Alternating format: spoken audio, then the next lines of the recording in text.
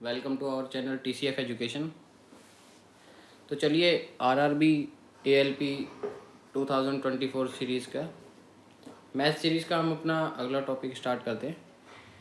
Topic है board मास।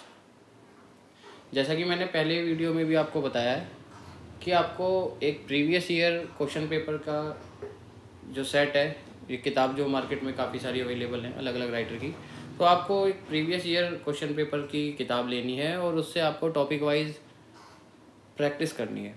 यानी कि एक टॉपिक के कम से कम आप उसमें से ढूंढ के 40 से 50 क्वेश्चन पर टॉपिक आपको प्रैक्टिस करने हैं। नेट पे भी टॉपिक वाइज क्वेश्चंस अवेलेबल हैं और आपको जब आप टॉपिक वाइज क्वेश्चन प्रिपेयर करोगे तो आपको टाइम मैनेजमेंट में काफ़ी हेल्प मिलेगी और क्वेश्चन को पहचानने में आपकी कमांड अच्छी होगी। तो मैथ सीरीज़ का अगला टॉपिक अब बोर्ड मास, वो हम आज स्टार्ट करते हैं। और आज का टॉपिक है बोर्ड मास। जैसे कि आपने पहली क्लासेस में भी देखा होगा, अपने स्कूल लेवल क्लासेस में भी इसके क्वेश्चन आपने सॉल्व किए होंगे और ये कहने को तो बहुत बेसिक टॉपिक है।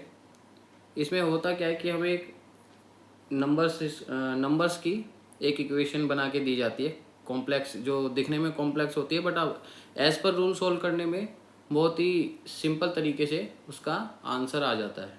ठीक है, यदि हमें बोर्ड मास का नियम क्लियर है, उसको सॉल्व करने के स्टेप्स क्लियर हैं, तो फिर वो इक्वेशन बहुत ईजिली सॉल्व हो जाती है। तो सबसे पहले टॉपिक स्टार्ट करने से पहले थोड़ा सा हम उसके बारे में समझ लेते हैं। उसके बाद हम उसकी जो वैरायटीज़ है, थोड़ी बहुत वैरायटी यहाँ पे कवर करेंगे जो कि RRB ने अपने पिछले क्वेश्चन पेपर्स में पूछी गई है। तो बोर्ड मास, जैसा कि इसमें दिखाया गया है, बोर्ड मास रूल।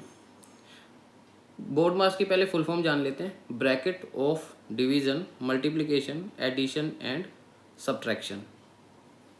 ठीक है, तो यहाँ पे इसकी इक्वेशन को सोल्व करने के स्टेप्स होते हैं। तो सबसे पहले हमें जो भी इक्वेशन मिलेगी उसका हमें सबसे पहले ब्रैकेट, एक सिंगल ब्रैकेट सोल्व करना है। जब उसमें दिए गए सारे ब्रैकेट सोल्व हो जाएंगे उसके बाद हमें फिर आगे के स्टेप्स फॉलो करने हैं। अब जैसा कि दूसरा स्टेप है ऑफ। ऑफ कुछ जगह आपको ये ऑफ ऑर्डर भी लिखा दिखेगा, ऑर्डर। ठीक है, ब्रैकेट ऑर्डर। तो ऑफ या ऑर्डर, इसका मतलब क्या है?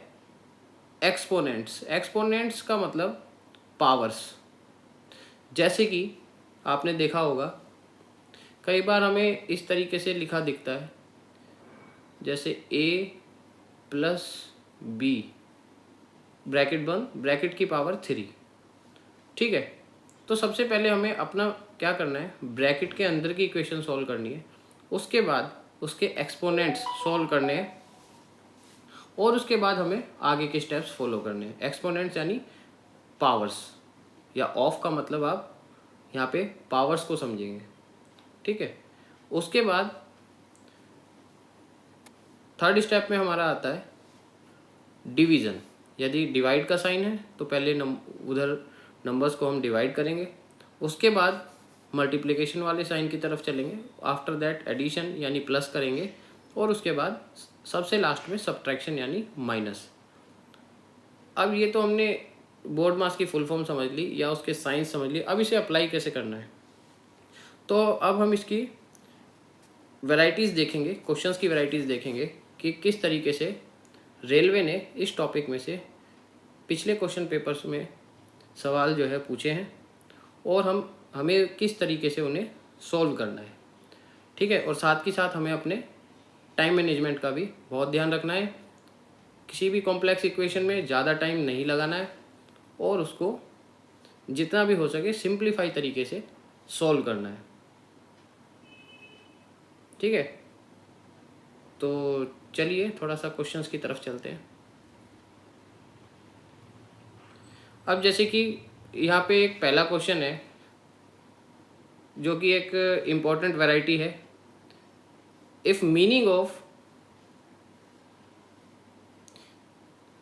एक सेकेंड जरा मैं स्लाइड बार को शिफ्ट कर दूं।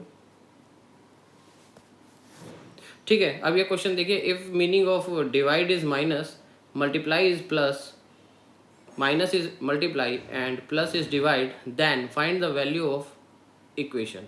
मतलब एक इक्वेशन आपको दे दी है और इसमें जो इक्वेशन में साइंस दे रखे हैं उन सब की साइन का एक्चुअल वैल्यू चेंज कर दी है।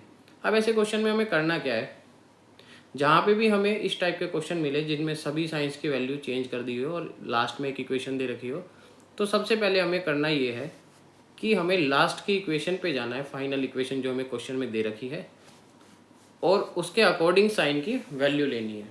कैसे?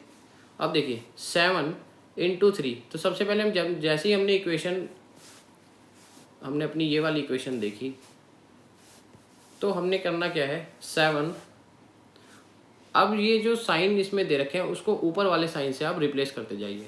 ठीक है, एक ही जगह इक्वेशन लिखनी है और फाइन जो आपको अपने रफ पेपर पे या जहाँ भी आप सोल्व कर रहे हैं जहाँ इक्वेशन लिखनी है वो आपको जो क्वेश्चन के अकॉर्डिंग साइन है उसके अकॉर्डिंग चेंज करके लिखनी है, ना कि ये इक्वेशन एज इट इज़ उतारनी है। तो अब हमारी इक्वेशन क्या बनेगी 7, अब ये यहाँ मल्टीप्लाई है बट ऊपर क्या देखा है मल्टीप्लाई इज प्लस, ब्रैकेट को ब्रैकेट की जगह रहने देना है, 7 + 3, अब प्लस की जगह ऊपर क्या है प्लस इज डिवाइड बाय 2, फिर ब्रैकेट बंद, फिर माइनस, माइनस क्या है ऊपर माइनस इज मल्टीप्लाई 6, फिर आगे क्या है डिवाइड, बट क्वेश्चन में डिवाइड क्या है माइनस, तो 6 - 4। ठीक है, यहाँ मैंने आपके लिए इक्वेशन नीचे एक्चुअल फॉर्म में लिख भी दी है, 7 + 3 / 2 × 6 - 4। तो हमने जो हमारी एक्चुअल इक्वेशन है वो लिख ली। अब इसको हमें सोल्व करना है, सिंपल इसमें बोर्ड मास का नियम लगाना है। अब इस इक्वेशन को कैसे सोल्व करेंगे, सिंपल, सबसे पहले हमें अपने ब्रैकेट के अंदर की कैलकुलेशन करनी है। ठीक है, ब्रैकेट के अंदर हमारे पास दो साइन है, ऐड और डिवाइड। तो सबसे पहले क्या आता है डी, यानी कि डिवाइड, फिर मल्टीप्लाई, फिर ऐड, फिर सब्ट्रैक्ट। तो सबसे पहले डिवाइड करेंगे, 3 / 2 1.5, उसके बाद एडिशन यानी कि प्लस, 7 + 1.5 = 8.5। यहाँ पे ब्रैकेट सॉल्व हो गया। बाहर, अब बाहर देखिए दो साइन हमारे पास है मल्टीप्लाई और सब्ट्रैक्ट। तो बोर्ड मास का नियम क्या कहता है, पहले मल्टीप्लाई होगा, 8.6 मल्टीप्लाई बाय 8.5 मल्टीप्लाई बाय 6 क्या हुआ 51 - 4 47। तो हमारा आंसर क्या है 47। तो इस टॉपिक में जो आपको इक्वेशन दी जाएंगी वो आपको देखने में बहुत कॉम्प्लेक्स लगेंगी, बट अगर आप उसको एज पर रूल सोल्व करोगे तो बहुत इजीली और बहुत जल्दी आपकी इक्वेशन सोल्व हो जाएगी। इस टाइप के क्वेश्चन में जैसे कि मैंने पहले ही बताया, करना क्या है, सबसे पहले आपको अपनी क्वेश्चन की फाइनल इक्वेशन देखनी है। जब आपको वो सॉल्व करनी है वो उसके साइन जो एज पर क्वेश्चन दे रखे हैं उसके अकॉर्डिंग आपको लिखनी है, और उसके बाद सिंपली आपको बोर्ड मास का नियम लगा के सॉल्व कर देनी है और आपका आंसर आ जाएगा। ठीक है, नेक्स्ट क्वेश्चन पे चलते हैं। नेक्स्ट क्वेश्चन क्या दे रखा है, सेम ये भी इसी टाइप का क्वेश्चन है। If x = +, y = x, z = -, then 3x 4y 2z 9। अब यहाँ इक्वेशन नहीं दे रखी, फाइनली आपको क्या दे रखा है, साइन की जगह नंबर दे रखे हैं। तो इसको आपको देख के घबराना नहीं है, कंफ्यूज नहीं होना। सिंपली आपको क्या करना है, सबसे पहले इक्वेशन लिखनी है फाइनल क्वेश्चन की जो है, तो उसके बाद जो बीच में वेरिएबल्स या साइन जितने भी आ रहे हैं वो क्वेश्चन के अकॉर्डिंग चेंज कर देने हैं। जैसे ये कहता है कि x की जगह प्लस है तो 3 + 4, y की जगह x है, y की जगह सॉरी मल्टीप्लाई है तो मल्टीप्लाई 2, z की जगह माइनस है तो -9। अब ये सिंपल एक बोर्ड मास की इक्वेशन बन गई। वो उसको बोर्ड मास का नियम लगाइए। सबसे पहले क्या होगा, मल्टीप्लाई होता है तो 4 दूनी 8, फिर एडिशन 8 और 3 11 -9 2। तो हमारा answer first option A correct है। ठीक है, तो क्वेश्चन की लैंग्वेज को समझना है कि ये क्वेश्चन हमसे क्या कैलकुलेट कराना चाह रहा है। ठीक है, और जितनी ज़्यादा प्रैक्टिस करोगे उतना ही आप क्वेश्चन को देखकर तुरंत अंदाज़ा लगा लोगे कि ये क्वेश्चन किस टॉपिक से पूछा गया है और ये किस मेथड से सॉल्व होगा। ठीक है, वरना बिना प्रैक्टिस किए अगर आप कोई भी क्वेश्चन अटैम्प्ट करेंगे तो हमारा मोस्टली टाइम यही समझने में कंज्यूम हो जाता है कि ये क्वेश्चन आया किस टॉपिक से। ठीक है, तो इसलिए ज़्यादा से ज़्यादा प्रैक्टिस करनी है और जितनी भी ज़्यादा वैरायटी हो सके कवर करनी है। देखिए अगला question, if plus means divide and minus means multiply then value of 8 + 6 - 3। Same तरीका अप्लाई करना है। जो हमारे क्वेश्चन में फाइनल इक्वेशन दे रखी है उसको राइट डाउन करना है और उसके sign as per question change कर देने हैं और उसको सॉल्व कर देना है, ठीक है, और आपका आंसर कैलकुलेट करके आ जाएगा। अगला क्वेश्चन,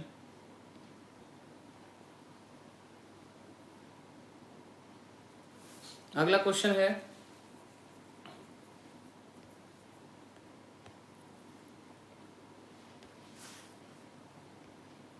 देखिए अगला क्वेश्चन हमारा फ्रैक्शनल फॉर्म में है, ठीक है। जो फ्रैक्शनल फॉर्म में इक्वेशन है वो देखने में थोड़ी कॉम्प्लेक्स है, बट वो भी अगर हम एज पर रूल सोल्व करेंगे काफ़ी आसानी से सोल्व हो जाएगी, ठीक है। तो हमें इसको कैसे सोल्व करना है देखते हैं। सबसे पहले यहाँ पे 2 ब्रैकेट दे रखे हैं, बीच में डिवाइड का साइन है, ठीक है। तो सबसे पहले बोर्ड मास का नियम क्या कहता है, ब्रैकेट। तो हम अपने क्वेश्चन में जो हमें इक्वेशन में 2 ब्रैकेट दे रखे हैं पहले हम उन्हें सॉल्व करेंगे।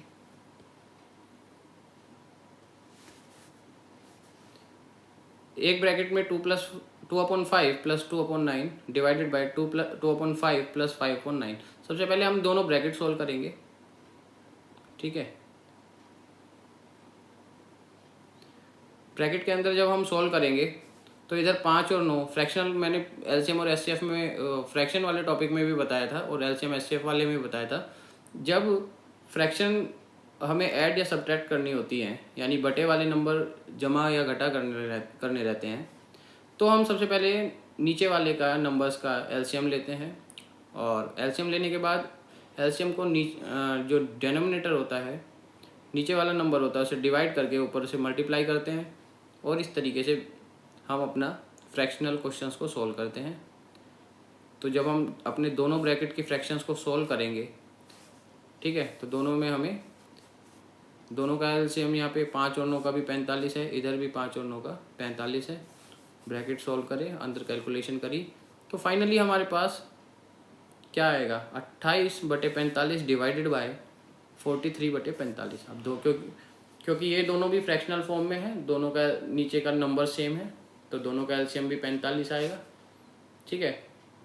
अच्छा, एक चीज़ और आपने पिछली क्लासेस में भी देखा होगा, जब भी हमें फ्रैक्शनल इक्वेशंस जो होती हैं, देखिए यहाँ दिखा देता हूँ मैं आपको,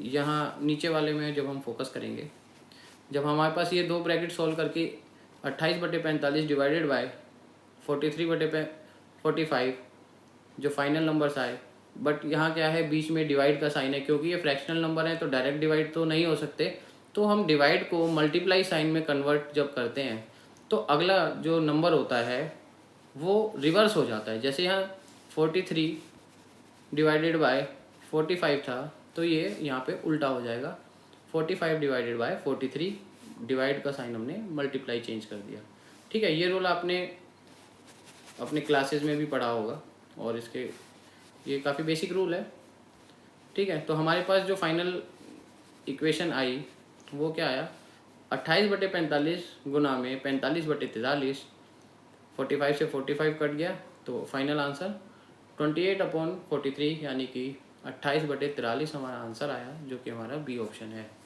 तो कहने का ये मतलब है कि आपको इक्वेशन कॉम्प्लेक्स जो भी देखने में होगी, ज़रूरी नहीं है वो सॉल्व करने में भी कॉम्प्लेक्स हो। अगर आपको बेसिक रूल क्लियर है तो बहुत आसानी से वो इक्वेशन सॉल्व हो जाएगी और आपको अपना आंसर मिल जाएगा। लेकिन किसी भी कॉम्प्लेक्स इक्वेशन पे बहुत ज़्यादा टाइम वेस्ट नहीं करना है। यदि आपको वो 1 या 2 स्टेप में सॉल्व हो रही है या क्वेश्चन की वैरायटी समझ में आ रही है तो ठीक है, अदरवाइज उसमें ज़्यादा टाइम वेस्ट नहीं करना है, ठीक है। अगला question, the value of 32 + 12 × 36 divided by 4 + 4 divide -22 divided by 11 × 3 is. अब देखिए ये काफ़ी लंबी इक्वेशन है और यदि हमने इसमें एक भी साइन गलत रूल मतलब एज पर रूल गलत लगा दिया, एक भी साइन गलत सॉल्व कर दिया, तो हमारी ये इक्वेशन सॉल्व नहीं होगी और ये काफ़ी टाइम टेकिंग हो जाएगा। बट अगर हम इसको स्टेप बाय स्टेप सॉल्व करेंगे तो ये काफ़ी आसानी से क्लियर हो, हमारी इक्वेशन सॉल्व हो जाएगी। कैसे हो जाएगी वो हम देखते हैं। ठीक है, इक्वेशन देखने में थोड़ी कॉम्प्लेक्स है। चलिए इसमें बोर्ड मास नियम लगाते हैं। तो यहाँ पे इक्वेशन लिख दिया मैंने, 32 जमा 12 गुना 36 divided by 4 plus 4 minus 22 divided by 11 into 3। अब करेंगे इसको, कैसे सोल्व करेंगे देखते हैं। अब देखिए यहाँ क्या करना है, सबसे पहले हमने क्या पढ़ा था, ब्रैकेट ऑफ। अब यहाँ पे कोई ब्रैकेट नहीं है, ठीक है, यहाँ पे ऑफ कोई एक्सपोनेंशियल पावर भी नहीं है, ठीक है, बट यहाँ पे क्या है, डिवाइड का साइन है।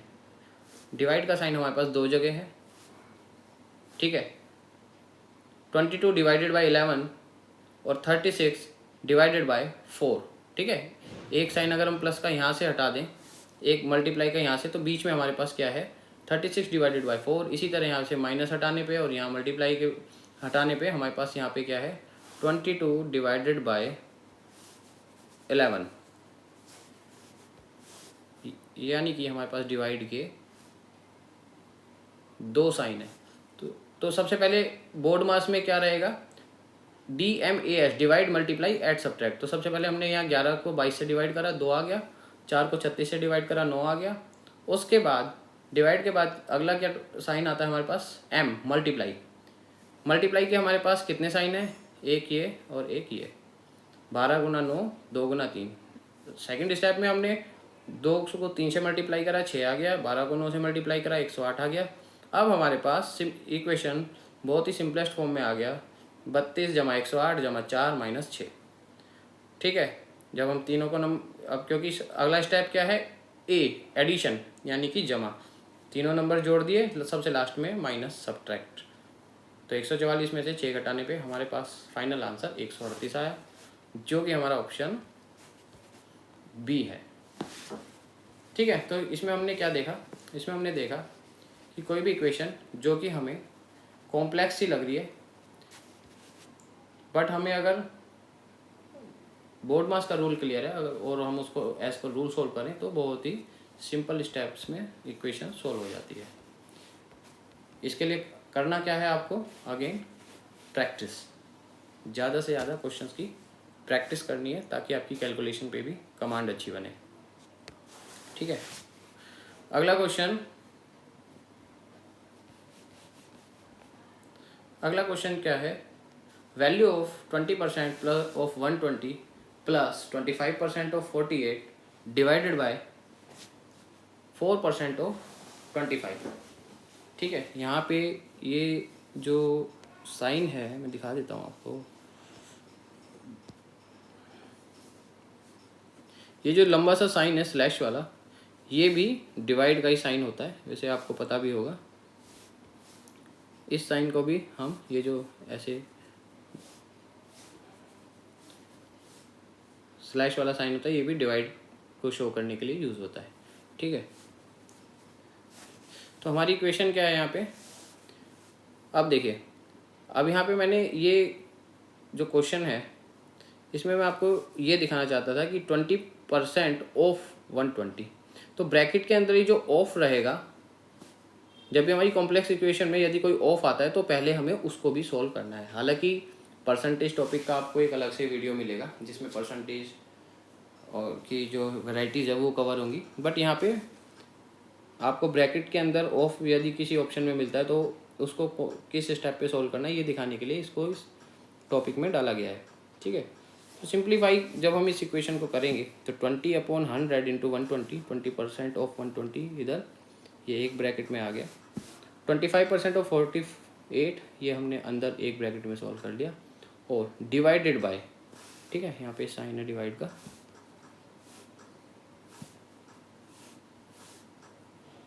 डिवाइडेड बाय 4% ऑफ 25, 4/100 इंटू 25, तो जब हम अपने ये 3 ब्रैकेट सॉल्व करेंगे तो 24 + 12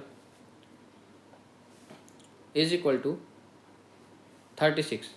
ठीक है, जब हमने ये 3 ब्रैकेट सॉल्व करे, क्योंकि यहाँ पे डिवाइड है तो इसको अगर जब हम मल्टीप्लाई का साइन बनाएंगे तो यहाँ से जो सॉल्व करके नंबर आएगा इसका सॉल्यूशन 1 ही आएगा। तो हम उसको डिवाइड को मल्टीप्लाई बनाने के लिए 1 का, क्योंकि 1 का रेसिप्रोकल यानी उल्टा भी 1 होता है, तो इसको 1 से मल्टीप्लाई करके लिख देंगे। ठीक है, अच्छा, तो ये हमारा ऑफ वाली वैरायटी का क्वेश्चन हुआ। अब हम इसमें अगले क्वेश्चन देखते हैं।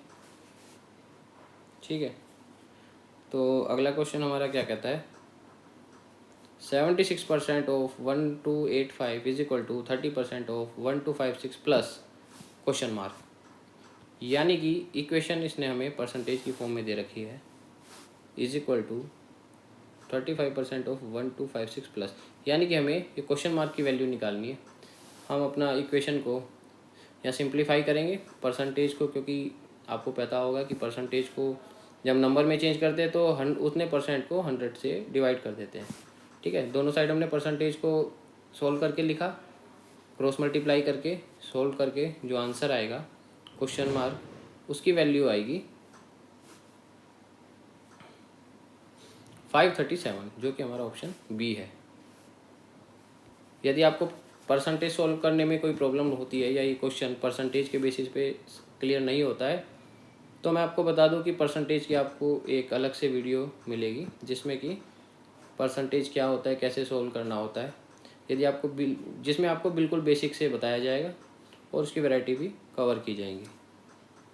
ठीक है, बट यहाँ पे आपको समझाने का जो मेन मोटिव है वो है किस तरीके से हम अपनी इक्वेशंस को सिंप्लीफाई करेंगे एज पर BODMAS rule, bracket of divide multiply add subtract, इन्हीं साइंस को लेके हम अपनी इक्वेशन को सोल्व करेंगे। ठीक है, तो नेक्स्ट क्वेश्चन की तरफ चलते हैं। नेक्स्ट क्वेश्चन में भी फ्रैक्शनल क्वेश्चन है।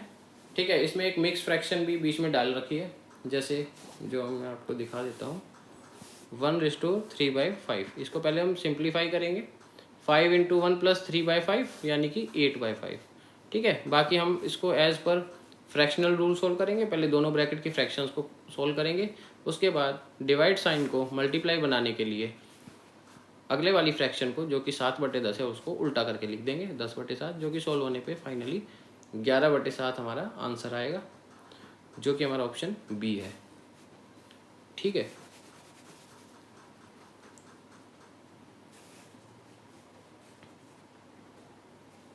यदि आपको इसकी किसी वैरायटी में कोई कन्फ्यूज़न हो या किसी कॉम्प्लेक्स इक्वेशन को सॉल्व ना किया जा रहा हो, तो आप हमारे को मेल आईडी पे या कमेंट बॉक्स में अपनी प्रॉब्लम भेज सकते हैं, और डिस्क्रिप्शन में टेलीग्राम चैनल भी दे रखा है, वहाँ से आप इसके पीडीएफ भी डाउनलोड कर सकते हैं।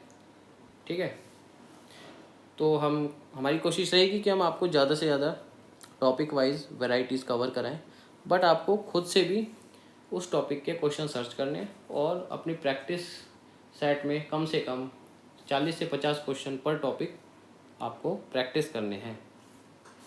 ठीक है, तो अगले क्वेश्चन देखते हैं।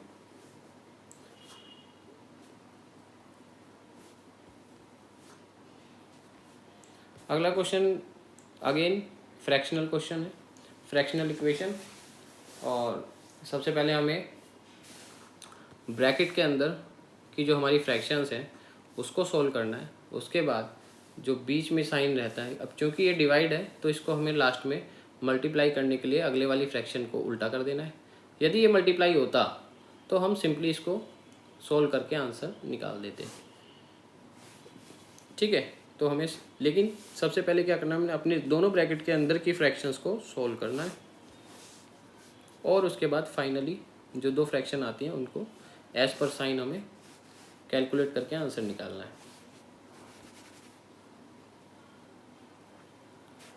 ठीक है, अगेन नेक्स्ट क्वेश्चन में जो आपकी इक्वेशन है वो आपकी डेसिमल फॉर्म में है। ठीक है, ये इक्वेशन भी बोर्ड मास की इक्वेशन है बट डेसिमल फॉर्म में है। तो आपको डेसिमल फॉर्म में देखिए दो ऑप्शन होते हैं, यदि आप डेसिमल को डायरेक्ट मल्टीप्लाई भी कर सकते हैं। सबसे पहले हम अपनी इक्वेशन देखते हैं, 50 प्लस 0.5 इंटू 20 ब्रैकेट बंद डिवाइडेड बाय 0.7। ठीक है, तो सबसे पहले क्योंकि एक ब्रैकेट हमें सॉल्व करना है तो हम अपने ब्रैकेट के अंदर वाली इक्वेशन पे मेन फोकस करेंगे।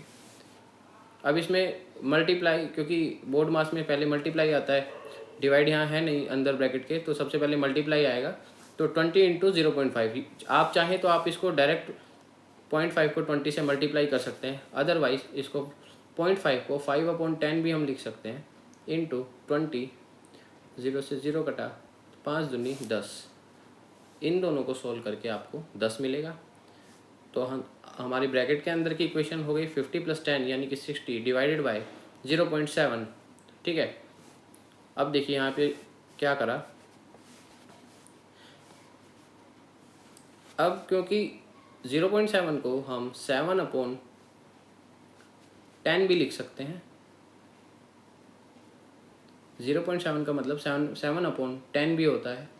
और अब ये जिन लोग को ये क्लियर नहीं है कि 0.7 को 7/10 कैसे लिखा, तो उनको ये हम डेसिमल वाले पोर्शन में ये चीज़ क्लियर करा देंगे कि ये थोड़ा सा, ये काफ़ी बेसिक क्वेश्चन है कि 0.7 को 7/10 में कैसे कन्वर्ट करें उसको डेसिमल के बाद। अगर आपका एक नंबर है तो 10 लगाते हैं, 2 नंबर है तो 100 लगा देते हैं। ठीक है, तो 60 divided by 0.7 is equal to 60 divided by 7/10, दोनों एक ही बात है। अब यहाँ पे इसने डिवाइड के साइन को मल्टीप्लाई चेंज करने के लिए 7/10 को यहाँ 10/7 बना दिया। 7 नीचे गया, 10 ऊपर आ गया, क्योंकि हमने डिवाइड का साइन चेंज किया है मल्टीप्लाई में। ठीक है, और जब हमने इसको सॉल्व करा तो 600 डिवाइडेड बाय 7 यानी कि 85.71। अब देखिए तीन ऑप्शन देखने में ऐसे हैं, बिल्कुल सेम है, बस अंतर क्या है, डेसिमल के बाद डिजिट्स का। यहाँ पे डेसिमल के बाद 3 डिजिट है, यहाँ डेसिमल के बाद 1 डिजिट है, यहाँ डेसिमल के बाद 2 डिजिट है। तो यानी कि फाइनल आंसर हमारा क्या आया, 85.71। Option C is our correct answer. ठीक है, तो बोर्ड मास का जो टॉपिक है इसमें हमने देखा ये एक कैलकुलेटिव टॉपिक है। यदि हमने इसकी इक्वेशन को एज पर रूल सोल्व किया तो हमारा बहुत ही सिंपल तरीके से आंसर आ गया। बट अगर हमने एक भी साइन इसका सोल्व करने में मिस कर दिया या गलत सोल्व कर दिया तो हमारी इक्वेशन कॉम्प्लेक्स हो जाएगी और उस हमारा ऑप्शन मैच नहीं करेगा। तो इसलिए सबसे पहले अपनी फाइनल इक्वेशन को देखना है, उसके बाद उसको एज पर साइन, यदि क्वेश्चन में कोई साइन रिवर्स किए गए हैं उसमें वो साइन रिवर्स कर देने, और उसके बाद बोर्ड मास के अकॉर्डिंग ही उसको सोल्व करना है। यानी सबसे पहले ब्रैकेट, उसके बाद कोई एक्सपोनेंट्स हो या पावर हो, उसके बाद divide, multiply, addition and then subtraction. ठीक है, तो अब आपको इस टॉपिक की अगेन इस टॉपिक से रिलेटेड क्वेश्चंस की अपने प्रैक्टिस बुक में से ज़्यादा प्रैक्टिस करनी है। और यदि इसमें आपको कोई नई वैरायटी नज़र आती है या कोई कॉम्प्लेक्स इक्वेशन नज़र आती है जो आपसे सॉल्व नहीं हो रही या मेथड क्लियर नहीं है, वो हमें सेंड कर देना है। ठीक है, और हम आपको उसको जो भी बेस्ट पॉसिबल मेथड होगा उससे सॉल्व कराने के ट्राई करेंगे। ठीक है, और क्योंकि अब एग्ज़ाम में बहुत ज़्यादा समय नहीं रह गया है तो आपको प्रैक्टिस पे, मैं बार बार बोल रहा हूँ कि प्रैक्टिस पे ज़्यादा से ज़्यादा ध्यान देना है और उसे कंटिन्यू रखना है। ठीक है, और हम बहुत जल्द आपको दूसरे फील्ड्स की, जैसे कि रीजनिंग है, जनरल साइंस है या जीएस है, इसकी क्लासेस की वीडियोस भी प्रोवाइड कराएंगे और आपको फटाफट अपना टॉपिक वाइज सिलेबस कंप्लीट करते जाना है। क्योंकि हम प्रीवियस ईयर क्वेश्चन पेपर में से ही प्रैक्टिस मोस्टली कर रहे हैं, इसलिए आपके ये क्वेश्चन पेपर की प्रैक्टिस भी साथ के साथ कंप्लीट होती जाएगी और आपको टाइम मैनेजमेंट को प्लान करने में काफ़ी हेल्प मिलेगी। ठीक है, तो ठीक है, नेक्स्ट टॉपिक में नेक्स्ट क्लास में मुलाकात करते हैं और तब तक आप अपने एग्ज़ाम की तैयारी जारी रखें। All the best for your exam. ठीक है, कीप प्रैक्टिसिंग।